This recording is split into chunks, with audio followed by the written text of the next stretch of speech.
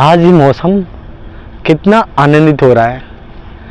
कहते हैं सावन के मास में भगवान शंकर की बहुत कृपा होती है। वैसे तो भगवान की कृपा हमेशा ही रहती है, लेकिन हर तिथि, हर नक्षत्र, हर एक पल, हर एक समय एक विशेष रूप की बात करता है। जैसे सुबह हम उठते हैं तो कुछ करते हैं, शाम को उठते हैं तो कुछ करते हैं। ऐसी समय आज प्रकृति की बात करेंगे तो देखिए नेचर कितना सुंदर है। हमारी जो प्रकृति है, जो पेड़ पौधे हैं, ये हमसे कुछ कहना चाहते हैं। ईश्वर ने 4 प्रकार के जीव बनाए। वो जीव हैं जरायुज, अंडज, स्वेदज और उद्भिज। जरायु जो गर्भ योनि से उत्पन्न होते हैं, गर्भ से, चाहे वो जीव हो चाहे मनुष्य हो, उसे जरायु कहते हैं, एक जीव। दूसरा अंडज, यानी जो अंडे में उत्पन्न होते हैं उसके फूट करके निकलते हैं, वे अंडज हैं। तीसरा जो जीव है वो स्वेदज, स्वेद कहते हैं पसीने को, यानी आपने देखा होगा मिट्टी में या लकड़ियों में या कहीं भी हमारे सर में कुछ निकल आते हैं, ये भी एक कीट है जो ईश्वर के द्वारा बनाया गया है, स्वेदज। चौथा हमारा जो है उद्भिज। उद्भिज के अंदर आते हैं हमारे पेड़ पौधे, और यही प्रकृति है। अब इसकी हम बात करते हैं कि प्रकृति से हमें जुड़ना है। आज सभी लोग योग करते हैं और जुड़ के करते हैं खुद से। हमें प्रकृति से भी जुड़ना चाहिए, क्योंकि प्रकृति हमें अपना ज्ञान कराती है। अब मैं ज्ञान शब्द आपको बोल रहा हूँ, ये बड़ा आश्चर्यचकित कर देने वाला शब्द है। क्यों? क्योंकि आप कहते हो प्रकृति कैसे ज्ञान करा सकती है, क्यों नहीं करा सकती। आपने दर्शन सुना होगा ना, फिलोसफी। भारत में कई सारे दर्शन हुए, 6 आस्तिक, 3 नास्तिक। आस्तिक मतलब आस्था रखने वाले, और नास्तिक मतलब ऐसा नहीं कि बहुत बेकार। उनके अपने सिद्धांत थे, उनके अपने सिद्धांत थे, सबका अपना अपना अस्तित्व है। तो सांख्य के दर्शन आपने सुना होगा। सांख्य फिलोसफी बहुत प्राचीन है, जैसे कपिल मुनि इसके आचार्य हैं। उन्होंने ना, मैंने बोला था प्रकृति आपको ज्ञान कराती, उन्होंने केवल 2 तत्व की बात की। एक तत्व बोला उन्होंने जड़, और एक बोला चैतन्य। अभी जड़ क्या है? आम भाषा में लोग जड़ कहते हैं बेवकूफ को। आजकल लोग कुछ बोल देते हैं, लेकिन नहीं। जड़ का मतलब प्रकृति जो अपने आप है। प्रकृति के कई नाम है। प्रकृति है, जड़ है, अव्यक्त है, कारण है, मूल है। कारण, मूल, कार्य, कार्यवाद सिद्धांत सांख्य दर्शन ने दिया। कहते हैं कारण से ही कार्य की उत्पत्ति होती है। आप जानते हैं कि दूध होता है, दूध को गर्म करो और फिर उसके बाद उससे हम दही बना सकते हैं, मक्खन बना सकते हैं, घी बना सकते हैं। लेकिन क्या हमें दूध में दूध, घी, दही, मक्खन दिखाई देता है? नहीं दिखाई देता। क्यों?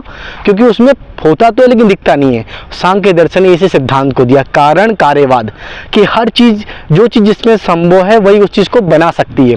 जैसे तिल है, तिल से ही तेल निकल सकता है, ना कि बालू से। सांख्य दर्शन ने सत्कार्यवाद में बताया है कि सर्वसंभव भावात, सर्वशक्ति भावात, मतलब जिसमें सामर्थ्य वो बना सकता है, जिसके अंदर उसकी चीज नहीं वो नहीं बना सकता है। तो सांख्य दर्शन ने 2 तत्व माने, प्रकृति और चैतन्य।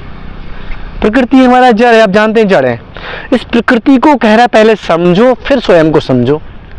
वो एक उदाहरण देते सांख्य कारिका में ईश्वर कृष्ण जी, जिन्होंने टीका लिखी इस पे, कि अंधा और एक लंगड़ा आपस में मिलकर अपने जीवन को जीते हैं। मतलब कि वो रास्ता बताता है, वो धीरे धीरे ले आता है। आप सोचे कि दोनों के मिल से चीजें हो रही हैं। तो प्रकृति और चैतन्य, हम सब वास्तव में जितने समाज हैं, हम सब बुद्धि है, दिमाग है, लेकिन हम सब दुख में, शोक में, माया में फंसे रहते हैं। सांख्य दर्शन ने बताया कि दुखों से कैसे हम मुक्त हो सकते हैं। तो बोला प्रकृति को जानो, स्वयं को जानो, दुखों से मुक्त हो जाओगे। तो उन्होंने बोला कि 3 दुख हैं, आदि भौतिक दुख, आदि दैविक दुख और आध्यात्मिक दुख। इन 3 दुखों से ही मनुष्य दुख पाता है, और ये 3 दुख सब कुछ समाहित हैं।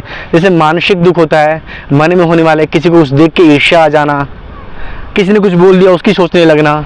शारीरिक दुख यानी शरीर में होने वाले दुख, बीमारी हो जाना, बुखार आ जाना, जैसे वात पित्त कफ से होने वाले दुख शारीरिक दुख कहते हैं।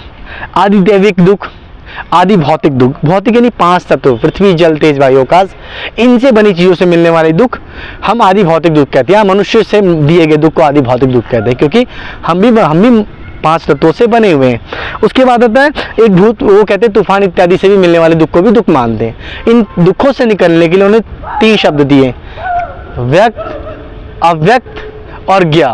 व्यक्त मतलब जिसको हम बता सकें, अव्यक्त मतलब प्रकृति जड़, और चेतन मतलब पुरुष। तो बताया उन्होंने कि सबसे पहले हमारा प्रकृति है जो मूल है, कारण है। उसके बाद सृष्टि जो बनती है, सृष्टि प्रक्रिया में सांख्य बताते हैं, प्रकृति के बाद आया महत। महत को कहते हैं बुद्धि। बुद्धि मतलब बुद्धि का धर्म निश्चित करना कि मुझे कर लेना है, जैसे आपको ये बुरा व्यक्ति बुरी चीज़ सोचकर बार बार बुरा करता है, अच्छा व्यक्ति अच्छी सोचकर बार बार अच्छा करता है। क्यों? क्योंकि उसके मन में एक निर्देश मैसेज चला गया, संदेश चला गया है, निश्चित कर लेता है। बुद्धि के बाद आता है, बुद्धि को महत्व कहते हैं। उसके बाद सात्विक, रासिक, तामसिक अहंकार आते हैं। इन अहंकारों से हमारे निकलती है एकादश इंद्रियां। सात्विक और रासिक अहंकार से एकादश इंद्रियां, 5 ज्ञानेंद्रियां, 5 कर्मेंद्रियां, एक मन। मन को अभ्यात्मक बोला गया, जो एकादश 10 इंद्रियों का राजा होता है।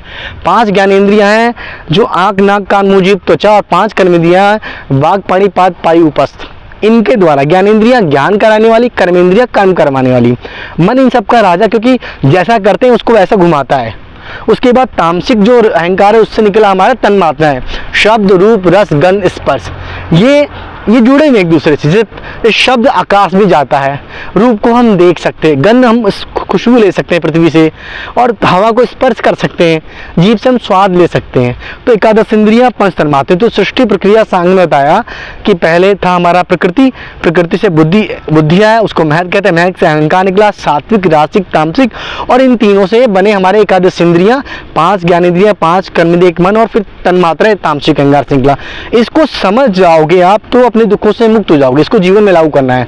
तो इसको जानने के लिए उन्होंने प्रकृति को समझो, स्वयं को समझो। जैसे आपका दुख आप जानते हो, आप किससे बोल नहीं सकते हो, ठीक है? तो आप जैसे बोलोगे तो पूरी बात, आप जैसे कोई चीज़ खा ली आपने, अब बोलो कि मुझे इतना अच्छा लगा, नहीं बता सकते, तो वो स्वयं जानते हो। तो कहते हैं कि स्वयं को जानो फिर ईश्वर को जानो। ईश्वर कब मिलेगा? जब स्वयं को जानोगे। तो सांख्य दर्शन में प्रकृति को जानोगे तो स्वयं को जानोगे। तो 2 तत्व बोला, इसलिए कहते हैं द्वैतवाद हमारा सांख्य दर्शन है, और इसको आचार्य कपिल जी ने बताया।